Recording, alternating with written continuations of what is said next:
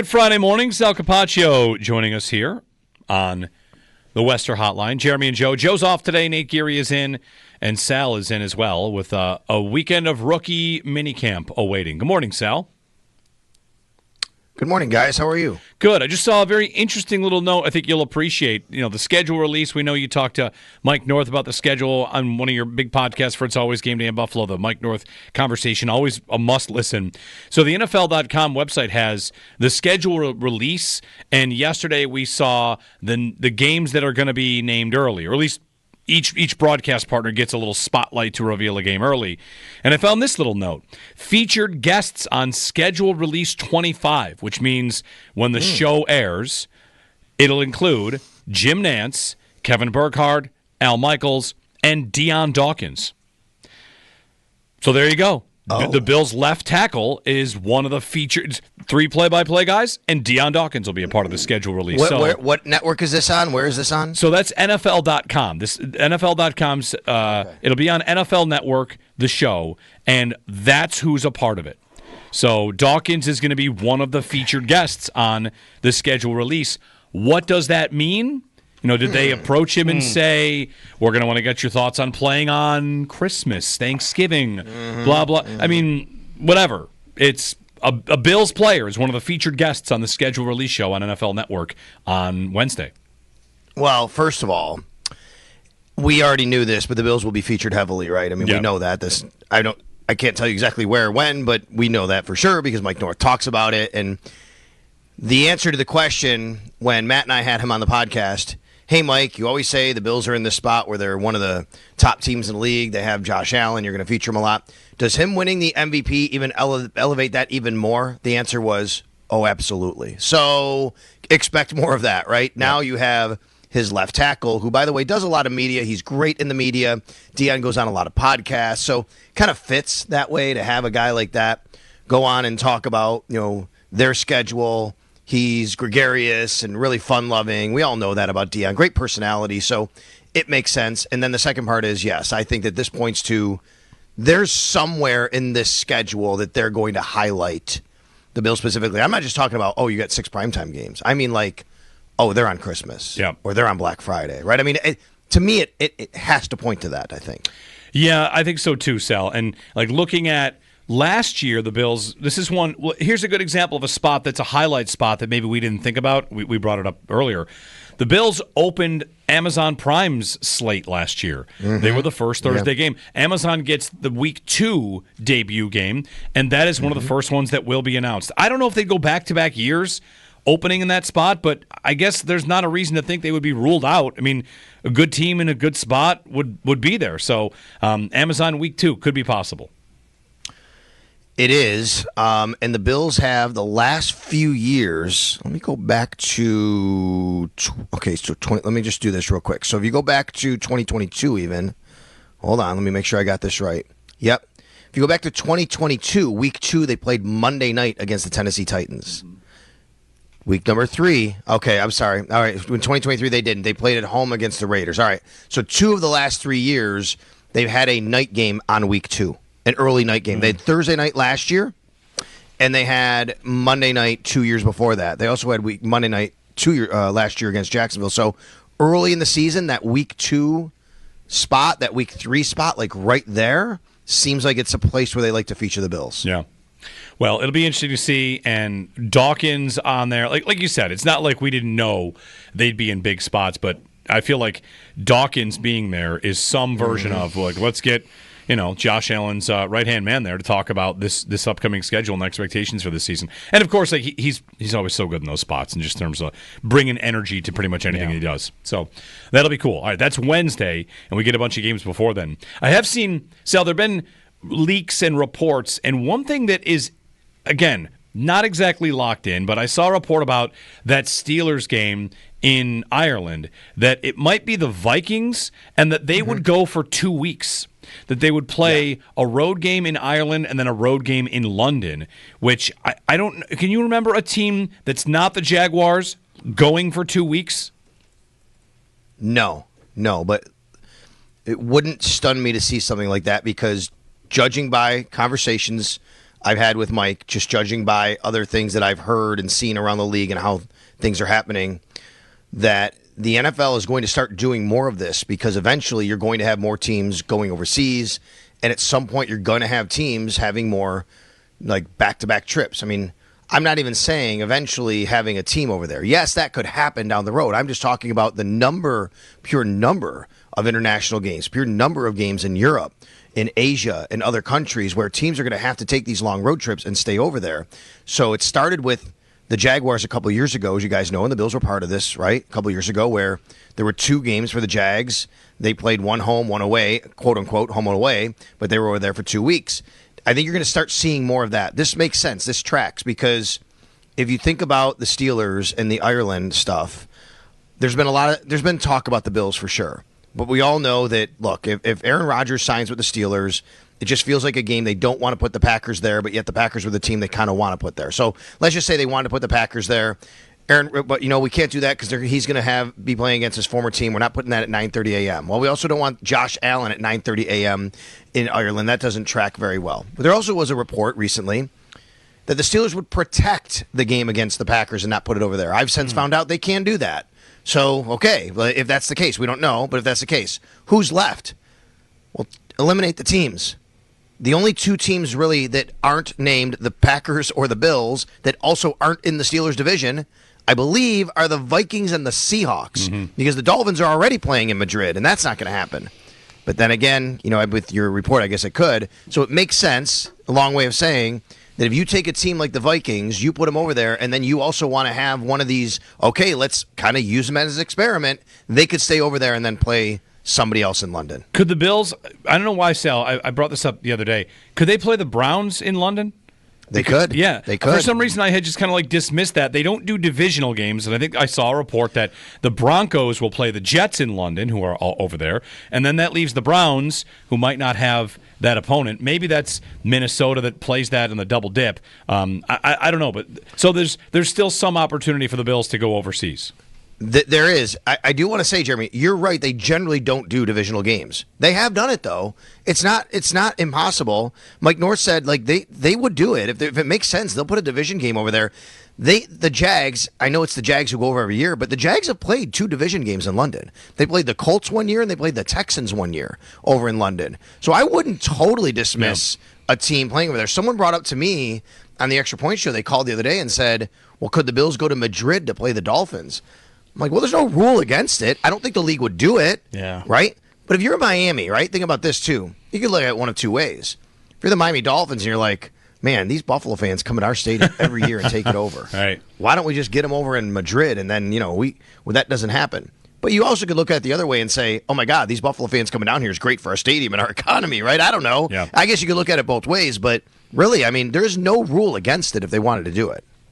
Sal Capaccio on the Western Hotline. We've got a rookie minicamp to get to as the Bills will get things rolling there. You also, of course, posted your most recent It's Always Game Day in Buffalo. You and Matt Bove had a big conversation with Sean McDermott, nearly an hour with the Bills head coach. So take us through some of what to get to if we get a chance. For people that want to go listen, I had a chance to do it. What did you guys get to there? Other than Matt Bove not knowing who Ricky Waters is.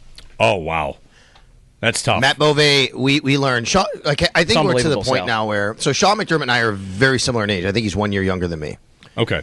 And I think now I can say we're old guys, right? Because I'm doing this job in the media. Matt Bove is a sports director. I'm not that far behind you. How old's Bove? Because I'm not that far behind Bove's my age. Me and him are both 33.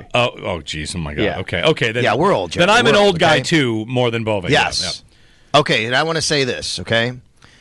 Matt, first of all, did not know who Ricky Waters was. Unbelievable. Because I said, at the end of the podcast, I said, Sean, I've always wanted to give you this hot take because if you want to call it a hot take, I said, you are a Philly guy. You've been there. You know the organization well, the area. I said, my number 1 guy who belongs in the Hall of Fame is Ricky Waters. He's like, oh, yeah, he belongs in, right? Yep. That's my number 1 guy. Go look him up, right? It's just amazing. Anyway, he also, Matt Bove, I don't know. Now, you tell me, you guys, maybe I would think, Jeremy, you have. I'm not sure, though. He has no idea what the movie Vision Quest is. Oh, okay. I don't know what that is either. I do. Yeah. Okay. It's a wrestling movie, of course. Great. We're talking with Sean McDermott. Madonna with the title track, Crazy for You, and we talked about that because here's why. We talked about some really, just cool, interesting, personal stuff with Sean McDermott. This was an interview that went 40-plus minutes that was very, very little about the Buffalo Bills football team. More about philosophy of football, philosophy of team building, personal for Sean McDermott. I mean, Jeremy, I came away from this thinking that Sean McDermott could give me a run for my money at weddings. I had no idea about this. I had no idea. As a dancer? Until he started talking. He's a dancer at weddings? Wow. His family, him and his family are a big dancing family, he revealed. He even went so far to say, I'm giving a little spoiler here, folks. He even went so far to say that he does maybe the two-shirt trick at weddings, to bring two shirts. Wow. To make sure because of the dance floor. Wow. I mean, like, this is the stuff that we talked about, but we also had a really good conversation just about, what his motivation is and why he does what he does and what it means to him to pursue a Lombardi Trophy here in Buffalo. And there's a clip that Matt posted yesterday, so people can listen to it and watch it, and then it might hopefully get you to go watch the rest of it, because Sean told a story about how he was at the local Little League field a couple weeks ago, maybe just a few days ago, I guess. And somebody came up to him and said, hey, I just want to say hi, introduced himself, and said, I really want to thank you for, what you guys have done here in Buffalo to elevate the Bills, and said something along the lines of, I was losing hope for a while about the Bills. And Sean said he thanked the guy, thank you so much, it really means a lot. And then this person said, I get the feeling, though, that, Buffalo's okay with being number 2. And you could tell Sean was upset about that. And he said, you don't know me and you don't know this team. That is the furthest thing from who we are. Now, I don't think he was mad at that person. He was probably upset at that concept, right? Yeah. Because what he said after that was he talked a lot about the vision he has if and when they win a Lombardi Trophy, right? What it looks like on the field. And he said, that's when, I want to take that moment, I want to hand it to that guy and say, you're not number 2 anymore, you're number 1, because that's what we're about. I just think, that's the kind of stuff we talked about. Yep. Yeah, that clip, it's funny, like you said, I think he does come across in the moment when that happens live, he's upset, but he doesn't turn it necessarily towards anger, but more of I mean, it's on me to prove that is not how we feel. 100%. And I'll keep kind of showing you that is not how we approach things. So, super interesting, super interesting. Well, he's got a brand new crop of rookies, and Sal, you talked to McDermott about team building and the things he thinks are important. What do these rookies have in store for them? They would have met McDermott throughout the process, along with Brandon Beane, and here they are. Time to go to work at your new office. Yeah. So we asked him what they're looking for, right? Matt said, what are you looking for this week with rookies? And are you looking for just how they interact with their team? Are you looking for how they can interact with their coaches? The talent, the skill, those kinds of things. And, one thing Sean talked about was what they look for is really the body type, when you get up close to them on a football field and how their bodies, kind of play the game, right? They're long. Do they use their length? They're fast. Do they use their speed? There's a difference between doing it at a combine versus doing it, on the football field. Those kinds of things. It's really interesting. I asked him a question of, has there ever been a rookie throughout your time where you just show up and you're like, oh, that guy's special. He's different. Yeah. I'm not going to reveal it. You guys could probably guess somebody he's coached, though, in his life, that this was that the answer was, okay?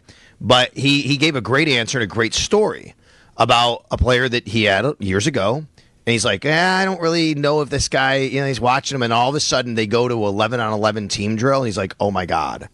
You know what I mean? Wow. So I'll let you go listen to that. But in the meantime, that's the kind of thing that they're looking for. Okay, how does this translate onto the field from everything we've seen?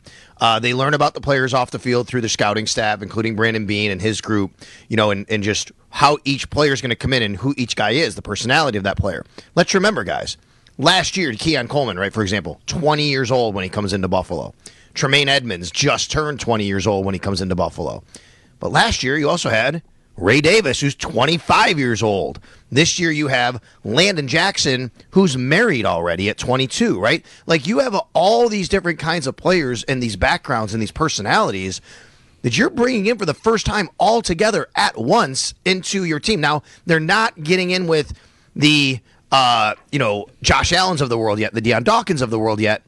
But you have to kind of understand all of these guys from that type of level as well when you bring them on the field. So I think all of that is in play today. So we're going to go down to the stadium today. We're going to see these guys in the field. I'm going to get my chance to kind of look at them. We're going to get our chance to talk to them. But you're going to have everybody from a really, really excitable Max Hairston to learn about him to maybe, and I'll say just from, he's very excitable, like maybe, like I said, maybe the more grounded type of players, like a Deion Walker, a Landon Jackson, and their personalities. I just based off the Zoom calls and how these guys are all a little bit different, you know what I mean? Coverage of Bills rookie minicamp on WGR, presented by Fiegel Car and Joyce, your border attorneys, and brought to you in part by Window Nation, the perfect fit for your home and wallet. Yes, Al, it goes from... For these guys, like what Bills fans have seen from them is the instant reaction to being drafted. Like Landon Jackson is one here that I think about. I think Bills fans are probably really moved by his reaction. And now it'll be interesting to hear, how that shifts from, this is... What is the draft? It's the end of a very big part of your life, but it really is the start of the rest of it. And like how these guys start to approach that next step is kind of what the Bills are hoping to nail here, right? Like you didn't arrive. Yeah. You didn't arrive. It's not over. It's actually just begun. Congratulations. You made it in the door. Yeah, that's a good way to look at it, Jeremy, right? Like there's all these different steps along the way. And I always say, like, somebody could, like, not make the team based on what they do at rookie minicamp, not meaning like a draft pick, right? You're not showing up as a seventh-round pick. Caden Prather, like, he has 2 bad days. It's not like they're cutting him tomorrow. That's not going to happen. But there are guys like undrafted free agents who come in and they go, well, maybe we need somebody else for this particular spot. If you don't have as much invested in that person, a tryout player, but guys can start to really impress, right? First impressions. Okay, like this is a guy we really like what we saw from him. Let's build a plan for how we could, what could happen here throughout, minicamp and mandatory minicamp and training camp as we go forward. So again, you're not necessarily not making the team or making the team through training camp, but you can give an idea to coaches about who you are and make that first impression. And that can go either way. And then, there's a couple months left. Look, the other part about this is, you never know what you're going to get for guys that they bring in, like a Joe Andreessen last year. Joe Andreessen this is the week it happened. He was given a tryout at rookie minicamp. And it's like, oh, hey, Bill's got the kid from Lancaster. Yeah, nice story. Went to UB. Nice career, right? And all of a sudden, that night, it's like, hey, Joe Andreessen's getting signed to the 90-man roster. And what was the reaction from a lot of people? Yeah, local story. That's cool. That's cute and all that. Joe Andreessen made the club. I mean, and he's a good football player and helps out their linebacking group. Like, so this is the time where things like this can happen. Sal Capaccio covering Bills rookie minicamp. The timeline is a couple of workouts and then the bus tour. The Bills media you mentioned kind of doesn't really go on that anymore. But we'll see stuff like these guys will start to get to know the community a little bit this week. Yeah, I think so. Yeah, well, I'm sure we're going to see a lot of that. I was down at the facility yesterday for that interview with McDermott. There was a bus out there, and I don't know if that was for that. They might have done that yesterday. I'm not really sure. Or if they were just bringing some players in for the photos and all that. You saw the photos out there, the numbers, as you guys went over earlier, some of the numbers. So the timeline is there are a couple of on-field workouts, but media, we're only able to watch today. So we'll get today, and then we'll get to talk to the players. Then the players will be here today and tomorrow. And then then they're a part of OTAs too, and that's starting to come up, right? And all those kinds of things. And I'm sure you're seeing around the league, these guys are starting to sign contracts now. Yeah. I mean, I would not be surprised. I don't know if this is going to happen for sure, but I would not be surprised if we start hearing about guys, some of their draft picks that have actually signed contracts. They can participate in these rookie mini camps without signing a contract, but eventually that's going to start happening here. Yeah, it all comes together. These contracts are coming pretty quick in the NFL these days. Yeah. The rookie wage scale kind of slots it in. One thing I wonder about, what they'll do with the rookies, Sal, they can do something that they could never really do before. That I would think is a pretty cool thing to do if you're a rookie that's coming into this team, and that is tour the new stadium. Right? Yeah. What would that be like? Here's where we play now. Next year, we're going over here, and let's walk through the concourse, and let's look at the bowl. Like you're part of a class that's going to get to play the last season at this one and the first season over there, and I think it feels like a pretty great thing if you're a rookie to kind of be a part of. Yeah, I mean, there's eventually going to be. There's going to be a lot of these guys, but eventually you're going to think about who got to play in the old and the new stadium, right? I mean, it's not going to be a ton, but there will be a bunch of players, Josh Allen and Deion Dawkins and a lot of this group that they have right now.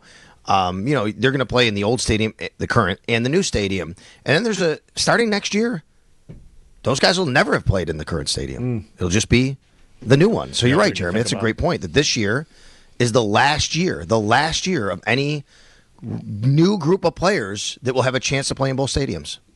Sal Capaccio on the Wester Hotline.